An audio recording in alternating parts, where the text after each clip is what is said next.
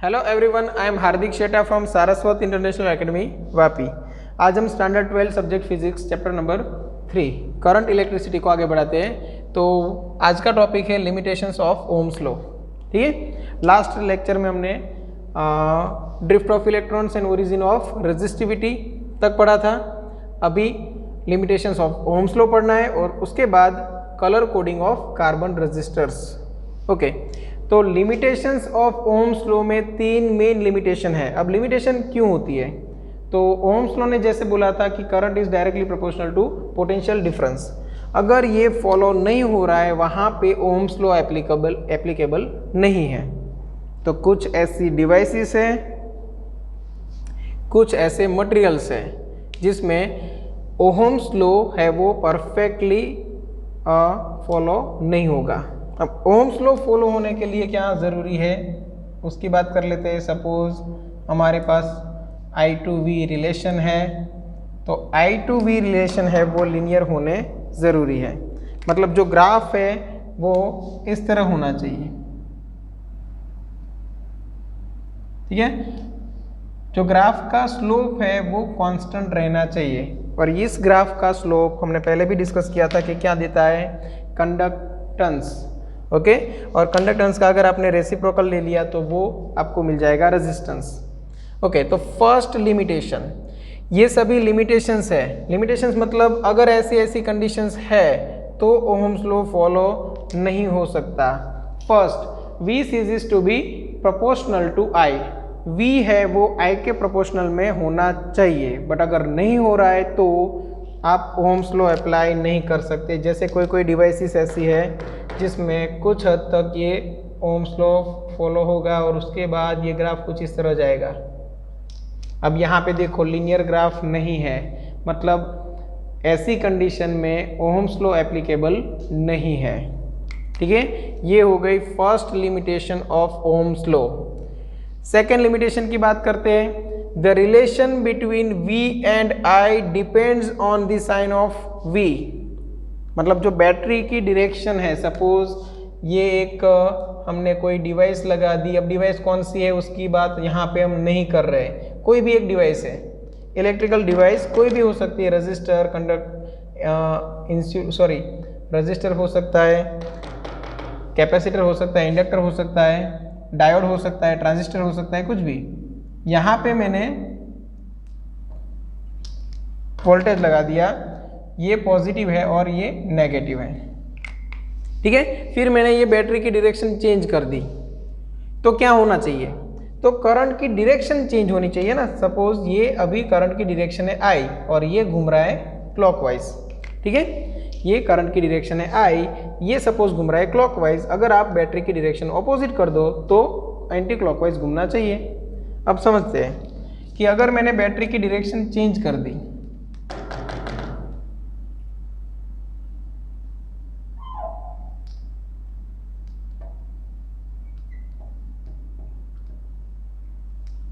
तो करंट की direction change हो गई। ठीक है, और ये अगर वोल्टेज को मैं ले रहा हूँ पॉजिटिव वोल्टेज ग्राफ के लिए, तो यहाँ पे जो वोल्टेज है उसको मैं लेने वाला हूँ नेगेटिव वोल्टेज ग्राफ के लिए। ठीक है, अब इससे क्या होता है कि करंट की डायरेक्शन चेंज होती है। बट कोई डिवाइसेस ऐसी भी है जिसमें ना सिर्फ करंट की डायरेक्शन चेंज होती है बट साथ साथ मैग्नीट्यूड भी चेंज हो जाता है। मतलब एक डायरेक्शन के लिए आपको रेजिस्टेंस अलग मिलेगा, अलग डायरेक्शन अगर आपने ले ली तो रेजिस्टेंस की वैल्यू चेंज हो जाएगी। और अगर रेजिस्टेंस की वैल्यू चेंज हो रही है, कांस्टेंट नहीं है, तो ओम्स लॉ हम अप्लाई नहीं कर सकते। जैसे कि PN junction diode. PN junction diode अभी तक आपने नहीं पढ़ा है, वो आएगा सेमीकंडक्टर्स में। तो जब सेमीकंडक्टर्स की बात आएगी तब आपको समझ में अच्छे से आ जाएगा। अभी सिर्फ उसका ग्राफ देख लो कि पीएन जंक्शन डायोड में एक डायरेक्शन में जब हम वोल्टेज अप्लाई करते हैं तब ग्राफ कुछ इस तरह मिलता है, समझना। तब ग्राफ हमें मिलता है वो कुछ इस तरह मिलता है। ठीक है, यहाँ पे I2V रिलेशन लीनियर तो है ही नहीं, बट अगर मैं वोल्टेज की डायरेक्शन चेंज करूँ तो यहाँ पे बिहेवियर चेंज हो जाता है। ठीक है, यहाँ पे देखो आपको ग्रेजुअली इंक्रीज होता हुआ नजर आ रहा था करंट। यहाँ पे करंट कुछ हद तक ऑलमोस्ट कांस्टेंट था और उसके बाद सडनली इंक्रीज हो गया बहुत ज़्यादा। ठीक है, तो यहाँ पे करंट है, उसका मैग्नीट्यूड, ये बैटरी की डायरेक्शन चेंज करो तब भी चेंज होता है। तो इसका मतलब ये हो गया कि the relation between V and I depends on the sign of V। V positive है या नेगेटिव है उसके ऊपर भी रिलेशन डिपेंड करता है। और ऐसी कंडीशन में आपको ये यहाँ पे ये ग्राफ के लिए और यहाँ पे ये ग्राफ के लिए रेजिस्टेंस अलग अलग मिल सकते हैं। और रेजिस्टेंस अगर अलग अलग मिलते हैं मतलब R कांस्टेंट नहीं है, R कांस्टेंट नहीं है तो ओम्स लॉ फॉलो नहीं होगा। ओके, यहाँ तक क्लियर है। अब बात करते हैं थर्ड लिमिटेशन। तो ये लिमिटेशन हमें पता है कि ग्राफ लीनियर ना मिलने की वजह से हुआ। ये लिमिटेशन क्या है? तो relation between V and I depends on the sign of V, और वो किस में था? पीएन जंक्शन डायोड, मतलब एक डिवाइस में। ये जो लिमिटेशन है वो कोई मटेरियल के लिए है। The relation between V and I is not unique, मतलब कोई एक स्पेसिफिक V की वैल्यू के लिए करंट की वैल्यू एक ही मिलनी चाहिए, एक से ज़्यादा नहीं। कभी कभी ये देखने को मिलता है कि यहाँ पे जो ग्राफ मिलेगा V2I ग्राफ, ठीक है, यहाँ पे हम ड्रॉ कर लेते हैं अच्छे से। चलो, यहाँ पे कोई ग्राफ हमें दिया हुआ है ऐसे कुछ, यहाँ पे पोटेंशियल डिफरेंस, यहाँ पे करंट। अब V2I ग्राफ सपोज ऐसा कुछ मिल रहा है, ठीक है। तो अब यहाँ पे ध्यान से देखो, अगर मैं करंट की कोई एक वैल्यू ले लूँ तो मुझे एक ही वैल्यू का करंट 3 अलग अलग पोटेंशियल डिफरेंस के लिए मिलता है। मतलब मुझे करंट I मिलता है वो V1 पे भी मिलता है, V2 पे भी मिलता है और V3 पे भी मिलता है। तो हर बार देखो रेजिस्टेंस मुझे अलग अलग मिला। ये पॉइंट पे रेजिस्टेंस मिलेगा वो V1 अपॉन I मिलेगा, ये पॉइंट पे V2 अपॉन I, ये पॉइंट पे V3 अपॉन I। मतलब 3 अलग अलग पोटेंशियल की वैल्यू के लिए मुझे सेम करंट मिलता है। तो ये रिलेशन यूनिक नहीं है। यूनिक का मतलब 1-1 होना चाहिए, एक पोटेंशियल डिफरेंस के लिए एक specific current. The relation between V and I is not unique. ऐसे केसेस में भी ओहम्स लॉ फॉलो नहीं होता है। तो एक ऐसा मटेरियल है जिसमें आपको कुछ ऐसा रिलेशन मिलता है जो है GaAs, gallium arsenide. Gallium arsenide material में आपको V2I रिलेशन यूनिक नहीं मिलते हैं, तो वो हो गई एक लिमिटेशंस ऑफ ओहम्स लॉ।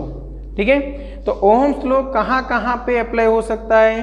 तो एक ही चीज़ याद रखनी है, जहाँ पे I to V relation linear हो, यूनिक हो और करंट की जो वैल्यू है वो V की साइन पे डिपेंडेड ना हो। ठीक है, मतलब V is directly proportional to I होना जरूरी। सेकेंड थिंग, जो V की साइन है उसके ऊपर करंट का मैग्नीट्यूड डिपेंड नहीं करना चाहिए। और third thing, V2I relation unique होने चाहिए। वहाँ पे ओहम्स लॉ अप्लाई कर सकते हो। अगर इनमें से कोई एक चीज़ इधर उधर गलत हो गई तो ओहम्स लॉ अप्लाई नहीं हो सकता। ठीक है, तो ये हो गए लिमिटेशंस ऑफ ओहम्स लॉ। ये 3 पॉइंट याद रखने हैं और अच्छे से एग्जाम में एक्सप्लेन करना है विथ ग्राफ या तो नेसेसरी डायग्राम्स। ओके, अब नेक्स्ट टॉपिक हम पढ़ते हैं colour coding of carbon resistors. अब बात करते हैं रेजिस्टिविटी ऑफ डिफरेंट मटेरियल की। पहले ये साइड में रखते हैं, बात करते हैं रेजिस्टिविटी ऑफ डिफरेंट मटेरियल। तो आपकी टेक्स्ट बुक में एक टेबल दिया हुआ है, वहाँ से आपको पता चल जाएगा। अब हमें पता है कि इलेक्ट्रिकल लैंग्वेज में हम बोल सकते हैं कि जो मैटर है उसको हम 3 टाइप में डिवाइड करते हैं, कंडक्टर, इंसुलेटर एंड जो बीच में जो आते हैं वो सेमी कंडक्टर्स। ठीक है, तो कंडक्टर्स जो है उनकी रेजिस्टिविटी सबसे कम रहेगी, जो सेमी कंडक्टर्स है उनकी मीडियम रेंज में, और इंसुलेटर की रेजिस्टिविटी है वो वेरी हाई होगी। ओके, आइडियल इंसुलेटर है तो रेजिस्टिविटी इनफाइनाइट, और आइडियल कंडक्टर है, सुपर कंडक्टर है तो रेजिस्टिविटी 0। ठीक है, ये हो गई रेजिस्टिविटी की बात। अब बात करते हैं टाइप्स ऑफ रेजिस्टर्स की। तो टाइप ऑफ रेजिस्टर में बहुत सारे रेजिस्टर है, जैसे एक है कार्बन रेजिस्टर, ये जो हमने कलर कोडिंग हम पढ़ रहे हैं वो कार्बन रेजिस्टर्स के लिए है। अदर है वायर बाउंड रेजिस्टर, बहुत सारे आते हैं, SMR, सरफेस माउंटेड रेजिस्टेंस। ठीक है ना, तो अभी सिर्फ हमें बात करनी है कार्बन रेजिस्टर के बारे में। अब कंस्ट्रक्शन कैसा होता है समझो। तो के अंदर एक कार्बन का मटेरियल है, ओके, जो सेमीकंडक्टर है। अब हम अगर कोई कंडक्टिंग वायर है, सपोज ले लेते हैं कॉपर, तो ये सपोज कॉपर वायर है, उनके बीच में हमने सेमीकंडक्टर रख दिया, तो कॉपर वायर की रेजिस्टिविटी कम रहती है, सेमीकंडक्टर की उससे तो ज़्यादा रहती है। तो यहाँ से जो पास होने वाले इलेक्ट्रॉन्स हैं उनके लिए ये सेमीकंडक्टर है, फिर भी ये रेजिस्टर की तरह काम करेंगे, क्योंकि यहाँ की रेजिस्टिविटी से यहाँ की रेजिस्टिविटी ज़्यादा है। अब ये कार्बन रेजिस्टर है, एकदम छोटा सा होगा, मैं यहाँ पे ड्रॉ कर रहा हूँ, अदरवाइज इतना पॉइंट साइज भी हो सकता है। क्लियर? तो इतना छोटा सा रेजिस्टर होगा। आप बहुत सारी इलेक्ट्रिकल सर्किट्स में, इलेक्ट्रॉनिक सर्किट में आप देख भी चुके होंगे, ठीक है। अब यहाँ से करंट पास होगा तो हीट जनरेट होगी। अब हीट जनरेट होगी तो यहाँ पे एक हीट सिंक मतलब जो हीट को एब्जॉर्ब कर सके ऐसा कोई मटेरियल रख देंगे, जैसे कि माइका है, सिरामिक है, ठीक है, ऐसा एक मटेरियल रख दिया, तो ये बन गया कार्बन रेजिस्टर। अब इतना छोटा सा कार्बन रेजिस्टर है तो उसकी वैल्यू कैसे हम उसके ऊपर रख सकते हैं। सपोज कोई रेजिस्टर है, उसकी आपको वैल्यू दिखानी है तो उसके ऊपर लिख नहीं सकते, लिखोगे तो कोई पढ़ नहीं पाएगा। तो फिर क्या करते हैं, हम कलर कोड्स की हेल्प से वैल्यू ढूंढ निकालते हैं मतलब यहाँ पे रिप्रेजेंट करेंगे अलग अलग कलर के लाइन के साथ। सपोज यहाँ पे एक कलर की लाइन है, फिर एक दूसरे कलर की हमने लाइन यहाँ पे लगा दी ऐसे, ठीक है, एक और एक अलग कलर ले लिया, ऐसे 4-5 अलग अलग कलर्स की हम लाइन लगा देंगे, ठीक है। और वो जो लाइन से कलर कोड्स है उनकी हेल्प से हम ये रेजिस्टर की वैल्यू निकालना चाहेंगे, ठीक है। अब देखो, उसके लिए आपको सबसे पहले ये कलर्स याद रखने हैं, कलर्स भी लाइन टू लाइन याद रखने हैं। ऐसा नहीं कि सिर्फ कलर के नाम याद रख लिए, बट एक मैनर में याद रहने चाहिए। जो ब्लैक कलर है उसको हमने नंबर दिया हुआ है 0, ब्राउन कलर के लिए 1, रेड कलर के लिए 2, ऑरेंज कलर के लिए 3, येलो के लिए 4, ग्रीन के लिए 5, ब्लू के लिए 6, वायलेट के लिए 7, ग्रे के लिए 8, वाइट के लिए 9। 0 to 9 नंबर फिनिश हो गए। Gold, silver and no colour, अगर कोई कलर है ही नहीं तो यहाँ से हमें अलग इंफॉर्मेशन मिलती है। मल्टीप्लायर की बात करते हैं तो ब्लैक के लिए ये 10 to power 0, देखो ये याद रख लोगे कॉलम तो ये ऑटोमेटिक याद रह जाएगा। यहाँ पे 10 to power 1, 10 to power 2, 10 to power 3, 10 to power 0 मतलब 1, ये 10 to power 4, 10 to power 5, 10 to power 6, 10 to power 7, 10 to power 8, 10 to power 9, जहाँ पे 9 है वहाँ पे 10 to power 9 तक। गोल्ड अगर है तो मल्टीप्लायर में आएगा, गोल्ड के लिए 10 to power -1 और सिल्वर के लिए 10 to power -2, ये अलग से याद रखना है। अब बात करते हैं टॉलरेंस। टॉलरेंस मतलब क्या, परसेंटेज में आप ऐसी वैल्यू दिखाओगे, मतलब सपोज बोला गया है टॉलरेंस है ±5%, इसका मतलब क्या हुआ, जो ओरिजिनल वैल्यू है उसमें 5% ज़्यादा भी आ सकता है आंसर और 5% कम भी आ सकता है, वो डिपेंड करेगा। सपोज ये रजिस्टर है तो टेम्परेचर मतलब आसपास की जो कंडीशन है वो क्या है, सपोज टेम्परेचर हाई है तो रेजिस्टिविटी आपको अलग मिलेगी, लो है रेजिस्टिविटी कम ज़्यादा मिल सकती है, ठीक है। कंडक्टर की खास करके बात करें तो टेम्परेचर इंक्रीज होगा वैसे वैसे रेजिस्टिविटी भी इंक्रीज होगी, ठीक है। तो टॉलरेंस है वो रेजिस्टेंस की जो वैल्यू है उसमें कहाँ तक मैक्सिमम परसेंटेज चेंज आ सकता है वो दिखाएगा, और वो गोल्ड के लिए है 5%, सिल्वर के लिए है 10%, अगर कोई कलर ही नहीं दिया है तो 20% तक टॉलरेंस क्रिएट हो सकता है, ठीक है। अब ये पूरा टेबल आपको अच्छे से याद रखना है। ये सब लाइन टू लाइन याद रखने के लिए एक स्टेटमेंट बना दो, ये सब लाइन टू लाइन याद रखने के लिए एक स्टेटमेंट बना दो, जैसे कि मैं यहाँ पे बना रहा हूँ बी रॉय, ये एक इंसान का नाम है ऐसा समझ लो, बीबी रॉय, जो कि एक स्मगलर है। ठीक है, BB Roy goes to Bombay via gateway. अब स्मगलर है तो कुछ ना कुछ लेके जाएगा, तो विथ गोल्ड एंड सिल्वर। ये स्टेटमेंट याद रख लो, BB Roy goes to Bombay via gateway with gold and silver. BB Roy नाम का एक इंसान है, कहाँ से कहाँ जा रहा है, तो गोज टू बॉम्बे, बॉम्बे गया, बट कहाँ से होके, गेटवे से होके, और क्या लेके, गोल्ड एंड सिल्वर। तो याद रखोगे BB Roy goes to Bombay via gateway with gold and silver. फिर से रिपीट करता हूँ, BB Roy goes to Bombay via gateway with gold and silver. ये जो बी है मतलब ब्लैक, सेकेंड बी है brown, R red, O orange, और ये वाई है वो येलो, फिर ये जी आया वो ग्रीन, फिर यहाँ पे बॉम्बे का जो बी है वो ब्लू, वाया तो ये वायलेट, यहाँ पे जो गेटवे है उसमें ये जी है वो ग्रे, और विथ तो ये वाइट, गोल्ड है ही आपके पास पूरा, सिल्वर है ही, और लास्ट का आपको ऑलरेडी पता है नो कलर। तो यहाँ से आपको सारे कलर पता चल जाएंगे। BB Roy goes to Bombay via gateway with gold and silver, black, brown, red, orange, yellow, green, यहाँ पे ब्लू, वायलेट, ग्रे, ये white, gold, silver, no colour. ठीक है, और अंदर अंदर आपको काउंट कर लेना है। जैसे कि आपको बोला जाए रेड कलर, तो बीबी रॉय फिफ्थ नंबर है, 0 1 2 3 4, फिफ्थ नंबर पे जो कलर है, सपोज येलो कलर, तो बीबी रॉय फिफ्थ नंबर पे जो कलर है उसके लिए डिजिट आएगा 4। सपोज रेड कलर है तो बीबी रॉय में आर थर्ड नंबर पे है, थर्ड नंबर पे है तो उसके अप्रोप्रिएट नंबर आएगा 2। क्लियर, एक कम कर देना है। ओके, तो ये याद रह जाएगा। अभी वैल्यू कैसे डिसाइड करें। सपोज हमारे पास यहाँ पे 4 डिफरेंट कलर्स है, चारों 4 कलर के मैं यहाँ पे नाम लिख देता हूँ। सपोज ये फर्स्ट है वो येलो है, ये जो सेकंड कलर है वो हम ले लेते हैं रेड,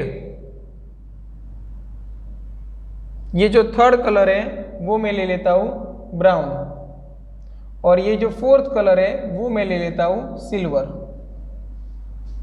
अब इसकी हेल्प से रेजिस्टेंस की वैल्यू कैसे डिफाइन होगी समझ लो कि R इक्वल टू ये जो फर्स्ट 2 नंबर है, यहाँ पे जो फर्स्ट 2 नंबर है उसकी वैल्यू क्या बनेगी समझो। तो ये येलो और ये रेड, ये दोनों डिजिट डिसाइड करेंगे। ये जो नंबर है वो मल्टीप्लायर है और ये है वो टॉलरेंस है। क्लियर, कैसे समझो, येलो है तो येलो के लिए नंबर है 4, तो मैंने यहाँ पे रख दिया 4। उसके बाद रेड है, रेड के लिए नंबर है 2, तो मैंने यहाँ पे लिख दिया 2। मल्टीप्लाइड बाय 10 टू पावर क्या आएगा, तो थर्ड है ब्राउन, ब्राउन के लिए 10 टू पावर 1। क्लियर, ये मल्टीप्लायर हो गया 10 टू पावर 1। प्लस और माइनस सिल्वर के लिए प्लस और माइनस 10%। ये रेजिस्टेंस की वैल्यू बन गई ओम में। ठीक है, ये बन गई रेजिस्टेंस की वैल्यू ओम में। इतना आप स्क्रीनशॉट लेके एक बार कॉपी कर सकते हो। उसके बाद हम ये जो वैल्यू है उसको कैसे रिप्रेजेंट कर सकते हैं, मिनिमम वैल्यू क्या हो सकती है, मैक्सिमम वैल्यू क्या हो सकती है, ये सब देख लेते हैं। ओके, तो अब जो ये R की वैल्यू है वो बन गई 420 प्लस और माइनस 10%। ये तो वैल्यू भी अपने हिसाब से आई। 420 प्लस और माइनस 10% ओम। ठीक है, मतलब रेजिस्टेंस की जो ट्रू वैल्यू है, एवरेज वैल्यू, वो 420 ओम है, और उसमें प्लस और माइनस 10% का चेंज आ सकता है। आपको बोला जाए मिनिमम पॉसिबल रेजिस्टेंस क्या होगा, आर मिनिमम, तो आपको करना है 420 माइनस 10% करना है, बट किसका, 420 का ही 10%। तो ये हो गया 420 माइनस 420 का 10% निकालो तो 42, 420 माइनस 42 कर दो तो 378 ओम। ठीक है। अगर आपको पूछा जाए are maximum possible value of resistance, तो आप कैसे कैलकुलेट करोगे। अगर मैक्सिमम वैल्यू पूछे है तो आप करोगे 420 प्लस और माइनस की जगह पे यहाँ पे आ जाएगा प्लस 420 का ही 10%, तो ये 420 प्लस 42 हो जाएगा, 420 प्लस 42 462 ओम। मतलब यहाँ पे जो हमें रजिस्टर दिया हुआ है उसकी रेंज क्या है, तो यहाँ पे जो रजिस्टर है उसकी वैल्यू 378 से लेके 462 तक आ सकती है। अब सोचो कि ये थर्ड जो कलर है वो होता ही नहीं, तो अगर आपको ऐसे 3 ही कलर दिए जाए 1, 2 एंड 3 रजिस्टर में, तो ये 2 कलर की हेल्प से आप नंबर डिसाइड कर लोगे। सपोज यही कलर थे तो 42 और ये मल्टीप्लायर है तो इंटू 10 टू पावर 1 कर दोगे, मल्टीप्लायर है तो आप 10 टू पावर 1 कर दोगे, और कोई कलर है ही नहीं, तो ये मत समझ लेना कि यहाँ पे टॉलरेंस नहीं है, क्योंकि हमने जो कलर कोडिंग में जो लाइन लिखी थी उसमें लास्ट जो वर्ड थे वो क्या थे, नो कलर। अगर कोई कलर नहीं दिया हुआ है तो प्लस और माइनस आपको ले लेना है 20%, तब तो मैक्सिमम टॉलरेंस क्रिएट हो सकता है 20% जितना। ठीक है। अगर 4 कलर दिए हुए तो उस हिसाब से लेना है, अगर 3 ही कलर है तो फर्स्ट 2 कलर ऑलवेज डिसाइड करेंगे एक डिजिट, जो थर्ड कलर है वो मल्टीप्लायर है और फोर्थ है वो टॉलरेंस है। अगर कलर नहीं है तो फिर 20%, अगर गोल्ड या सिल्वर कलर दिया हुआ है तो आप ले सकते हो 10% या तो 5%, सिल्वर है तो 10% और गोल्ड है तो 5%। क्लियर। और साथ साथ ये स्टेटमेंट याद रखना है, BB Roy goes to Bombay by gateway with gold and silver. ठीक है। और उस हिसाब से आपको कलर्स याद आ जाएंगे और कलर का नंबर आप खुद डिसाइड कर सकते हो। क्लियर। तो आज हमने पढ़ा लिमिटेशंस ऑफ ओम्स लॉ और दूसरा हमने पढ़ा रजिस्टर। पहले तो पढ़ा था रेजिस्टिविटी ऑफ डिफरेंट मटेरियल्स, जिसमें हमने बात की थी कंडक्टर, सेमीकंडक्टर एंड इंसुलेटर के बारे में, और उसके बाद रजिस्टर कलर कोड, या तो बोल सकते हो colour coding of carbon resistors. ठीक है। तो आज हम यहाँ तक रखते हैं, अगर कोई डाउट है तो आप कांटेक्ट कर सकते हो। Thank you.